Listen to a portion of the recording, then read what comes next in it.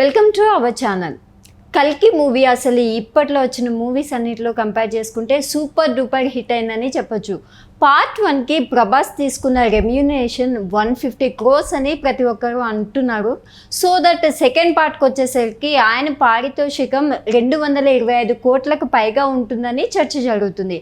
అసలు ఇది ఎంతవరకు నిజం అన్న విషయాలు చర్చించడానికి నాతో పాటు సినీ క్రిటిక్ దాసిరి విజ్ఞాన్ ఇక్కడ ఉన్నారు. సో ఆయనతో మరిన్ని విషయాలు మాట్లాడదాం. హాయ్ అండి. నమస్తే అండి. సో చెప్పండి, ఏంటి నిజంగానే కల్కి మూవీలో ప్రభాస్కి రెమ్యూనరేషన్ 150 crores తీసుకున్నారా? 1 సెకండ్, యాక్చువల్గా 555 CR కలెక్ట్ చేసింది అని నిన్న పోస్టర్ అఫీషియల్గా వాళ్ళు రిలీజ్ చేశారు కాబట్టి మనం మాట్లాడుకుంటున్నాం. ఓకే.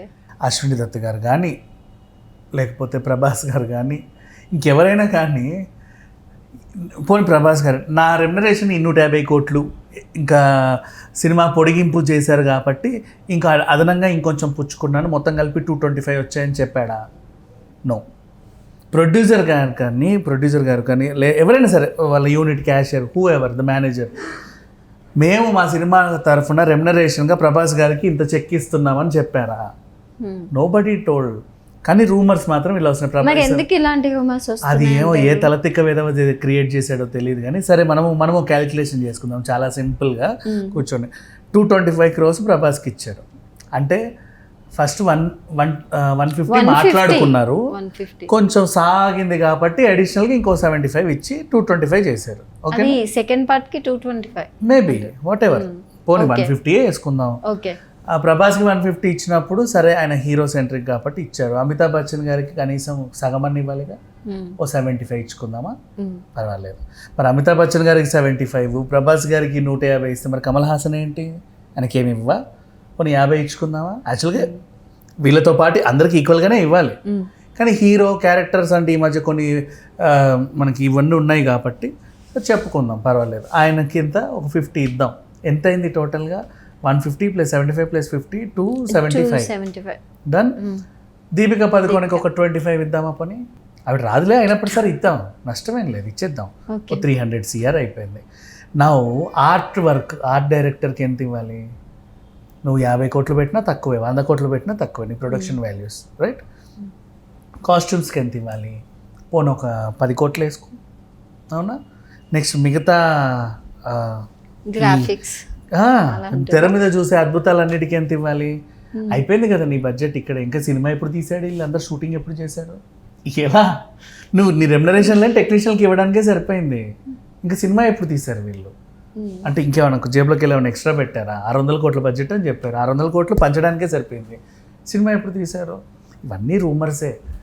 ఎవరైనా సరే ఇలా చెప్పుకుంటారు, ఇప్పుడు వీళ్ళకి అంత ఇచ్చాం వీళ్ళకి ఇంత ఇచ్చాం. అసలు వాళ్ళ రెమ్యునరేషన్స్ మనకి ఎందుకు, వాళ్ళకి అనవసరం. బేసికల్లీ సినిమా చూసారా లేదా, బాగా కలెక్ట్ చేశారు. అసలు ఇప్పుడు మాట్లాడుకుంటున్నారు ఈ దరిద్రం ఎప్పటి నుంచి వచ్చిందో ఈ కలెక్షన్స్. కానీ ఇంతకుముందు రోజులే 50 రోజులు ఆడిందా 100 రోజులు ఆడిందా, కానీ మన కర్మ ఏంటంటే వారం తర్వాత సినిమా కనబడట్లేదు కాబట్టి చెప్పుకోవడానికి డప్పు కొట్టుకోవడానికి ఏదో ఒకటి ఉండాలి కదా. కలెక్షన్స్ మీద పడ్డారు మన వాళ్ళు. సో ఈ కలెక్షన్స్ ఎంత వస్తే అంత గొప్ప. ఇప్పుడు అదే కలెక్షన్స్ గురించి మాట్లాడుకుంటే ఈ వారం రోజులుగా అన్ని థియేటర్స్లో కల్కియే ఉంది, అన్నీ హౌస్ఫుల్ అవుతా వచ్చాయి. అయినా సరే 555 వచ్చాయి. కొంతమంది కొన్ని సినిమాలు ఉంటాయి వాళ్ళతో పాటు ఇంకా కాంపిటీషన్ సినిమాలు బోల్డ్ రిలీజ్ అవుతాయి ఇప్పుడు ఇది వితౌట్ కాంపిటీషన్. విత్ కాంపిటీషన్ అంటే ఓ థియేటర్లో వాడి సినిమా ఉంటే పక్క థియేటర్లో ఇంకో 4-5 సినిమాలు ఉంటాయి. వాళ్ళకేమో 700 కోట్లు 800 కోట్లు వచ్చేస్తాయి 4 రోజులకి. అంటే ఆ సినిమా రిలీజ్ అయ్యే టైంలో కొత్త థియేటర్లు కట్టి ఆ సినిమా రిలీజ్ అయ్యాక మళ్ళీ కూల్ చేస్తారా? లేదుగా. అవన్నీ ఫేక్ కలెక్షన్స్. సో ఇది జెన్యూన్ కలెక్షన్స్ చెప్పుకునే వాళ్ళందరూ కూడా ఇంతకుముందు దాంతో కంపేర్ చేసి దీంతో కంపేర్ చేసి అంటారు. కల్కి ఒరిజినల్ కలెక్షన్స్ ఇవి. అసలు టాపిక్ వచ్చింది కాబట్టి మాట్లాడుకుందాం. నార్మల్గా అసలు ఎంత తీసుకుని ఉంటారంటారు ప్రభాస్కి? ఆయన మార్కెట్ స్ట్రాటజీకి తగ్గట్టు ప్రభాస్ మార్కెట్ స్ట్రాటజీకి తగ్గట్టు 100 ఇచ్చినా తప్పులేదు, 150 ఇచ్చినా తప్పులేదు. బికాజ్ పాన్ ఇండియా సినిమా కదా ఇవాళ రేపు. నువ్వు ఓన్లీ తెలుగులో మార్కెట్ పెంచుకోవాలనుకుంటే తెలుగు మార్కెట్ తగ్గట్టు నువ్వు ఇంత తీసుకో. నువ్వు ఇంక ఎక్స్పెక్ట్ చేస్తున్నావు, నువ్వు తమిళ్, మలయాళం, కన్నడ అన్నిట్లోనూ ఉన్నావు కదా, అన్ని రెమ్యునరేషన్లు కలుపుకొని ఒక రెమ్యునరేషన్ ఇవ్వాలి. మన ఆడియో హక్కులు కూడా అంతే. ఈవెన్ ఓటీటీ గురించి నీకు సింపుల్గా అర్థం ఓటీటీ చెప్తా. నెట్ఫ్లిక్స్ ఒక సినిమా కొనింది, ఇదే సినిమా అనుకో, 200 కోట్లకు కొనింది అని చాలా గొప్పగా డప్పు కొట్టుకుంటారు. కానీ 200 కోట్లకు కొనలా, 25 కోట్లకే కొనింది చీప్గా. ఎలా 8 లాంగ్వేజెస్ కలిపి 200 కోట్లు బుక్ చేసుకుంటాడు వాడు. ఈచ్ లాంగ్వేజ్కి ఎంత వస్తుంది షేర్? 25 CRIగా కింద ఇన్ని ఉంటాయి 8 లాంగ్వేజెస్. సో తెలుగులో కల్కిని నెట్ఫ్లిక్స్ 25 కోట్లకే కొనింది. అంటే ఎంత చీప్గా ఉంది? 500-600 కోట్లు ఇచ్చినా 25 కోట్లకు అమ్ముడుపోయిందా అని. గ్రాండ్గా వెళ్ళి చెప్పుకోవడానికి ఏమంటే 200 కోట్లకు అమ్ముడుపోయిందని చెప్పుకుంటారు. చెప్పుకోవడంలోనే ఉంటాయి, క్యాలిక్యులేషన్స్ ఇలాగ ఉంటాయి. అండ్ ఇప్పుడు రెమ్యునరేషన్ విషయానికి వచ్చినా ఆయన ఓన్లీ తెలుగు మార్కెట్ని ఉద్దేశించి ఇంత చెప్పొచ్చు.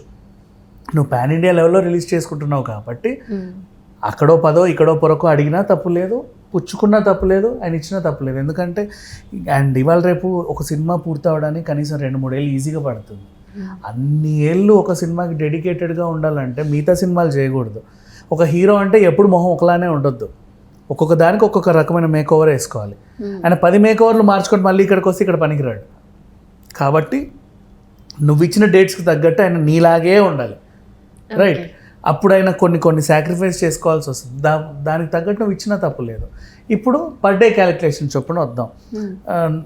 రోజుకి కనీసం నువ్వు ఒక 10 లక్షలు 20 లక్షలు ఇచ్చినా సరే నువ్వు 3-4 ఏళ్ళకి నువ్వు అంతే రెమ్యునరేషన్ ఇవ్వాల్సి వస్తుంది. మరి అంతే కదా. అట్లా ఆ రకంగా చూసుకుంటే రెమ్యునరేషన్ హైలో అనేది ఏం లేదు. They deserve actual. వాళ్ళ మార్కెట్ కూడా అలాగే పెంచుకున్నారు. ఇప్పుడు ఎవరైనా సరే ఇప్పుడు ఒక జాబ్ వచ్చినోడు కూడా ప్రమోషన్ కోరుకుంటాడు. 30,000 ఉద్యోగం ఉన్నాడు 35 కావాలంటాడు, 35 నుండి 40 కావాలంటాడు. హీరో 10 ఏళ్ల క్రితం అంతే తీసుకొని 10 ఏళ్ళ తర్వాత కూడా అంతే తీసుకోమంటే ఎలా? ఆయనకు కూడా ప్రమోషన్ ఉండాలిగా. సో అప్పుడు 30 కోట్లు తీసుకున్నాడు, ఇప్పుడు 40 అడుగుతాడు, నెక్స్ట్ 50 అడుగుతాడు. పాన్ ఇండియా లెవెల్ అంట కదా, ఇంకా ఏదో అనుకోపో 100 అడుగుతాడు. అతని మార్కెట్ అతన్ని ఇది అండ్ అంతకంతా నీకు తెచ్చి పెడుతున్నాడు కదా. ఇప్పుడు ఆయన మొహం చెప్పుకోనే కదా నువ్వు మళ్ళీ మార్కెట్ ప్రభాస్ సినిమా అని. ప్రభాస్ సినిమా నువ్వు మార్కెట్ చేసుకుంటున్నప్పుడు నువ్వు కూడా అతనికి ఇవ్వాల్సి ఉంటుంది. విన్ విన్ సిచ్యువేషన్ ఏదైనా. కానీ ఇప్పుడు వీళ్ళు చెప్పిన లెక్కలు ఏవైతే ఉన్నాయో 225, 355 ఇవన్నీ కూడా ఫేక్ అఫ్ కోర్స్. అండ్ ఇచ్చినా కూడా తప్పు లేదు. అండ్ ఇంకొకటి వీళ్ళ రెమ్యునరేషన్స్ గురించి మాట్లాడకూడదు. అది ఈజ్ డిజర్వ్ అంటారు. అఫ్ కోర్స్ ఇతరనే కాదు, every artist is deserve for their payments. కాకపోతే ఏంటంటే ఈ బయట చెప్పుకునే వాళ్ళంతా రూమర్సే, ఇవి పట్టించుకోవాల్సి ఉంటుంది. అంటే వాళ్ళకంటే ఒక టాపిక్ కావాలి దీని గురించి మాట్లాడడానికి. ఇంత తీసుకున్నాడంట అంత తీసుకున్నాడంట అంటే అబ్బా అంతా అదొక ఇది కదా, క్యూరియాసిటీ పెరుగుతూ ఉంటుంది. దాని గురించి కాసేపు మాట్లాడుకోవడం, ఒక చర్చ. ఆయన అంతెందుకు ఇచ్చారంటావు అయ్యి ఉంటుందిలే. మాట్లాడుకోవడానికి ఏ కబురు లేకుండా గాలి కబుర్లు చెప్పుకుంటారు కదా, అలాంటి గాలి కబురే ఈ remuneration. Okay, thank you so much అండి. Thank you.